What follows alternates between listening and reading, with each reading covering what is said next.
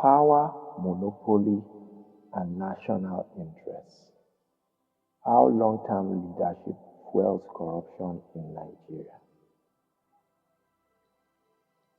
In a democracy, no leadership position is meant to last forever.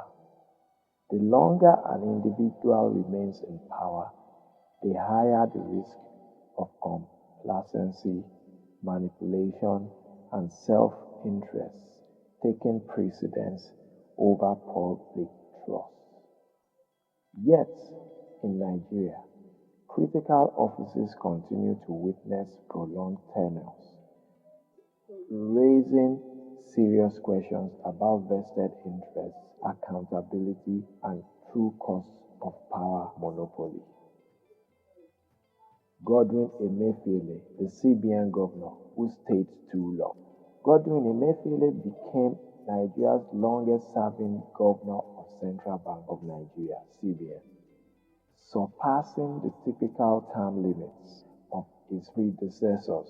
With an extended tenure came an unprecedented concentration of power, one that critics argue compromised the independence of the financial institution. Under his leadership, the CBN was increasingly viewed as a political tool, eroding public confidence in Nigeria's monetary policies.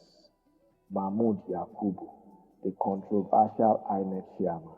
The Independent National Electoral Commission, INEC, is the backbone of Nigeria's democracy.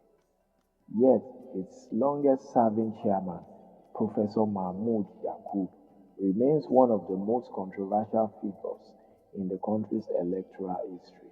Accusation of bias, political favoritism, and failure to enforce credible reforms have fueled public distrust. Many believe that his extended tenure serves not the people, but the political elites who ensured he remained in office. IGP Kayode Egbetokun, when retirement rules are bent.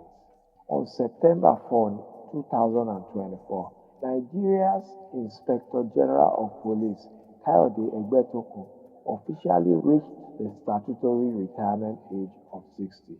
But rather than stepping down, an emergency amendment by the National Assembly allowed him to stay in power. Was this due to a lack of qualified officers to replace him, or was his retention a deliberate move to ensure continuity of influence?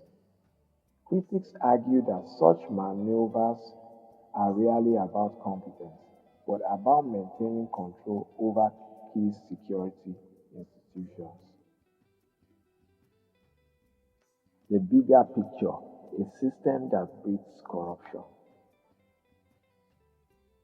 What do these cases have in common? A culture where personal and political interest takes precedence over institutional integrity. When leaders outstay their welcome in key positions, corruption thrives, accountability weakens, and public confidence erodes.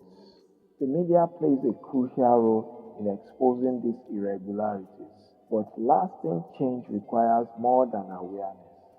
Nigeria must enforce fixed tenures, strengthen oversight mechanisms, and prevent power from being monopolized by individuals who put personal gain over national progress. Until true reforms are implemented, the cycle of mistrust and inefficiency in Nigeria's governance will continue. The question remains, is long-term leadership serving the people, or just the few who hold the reins of power?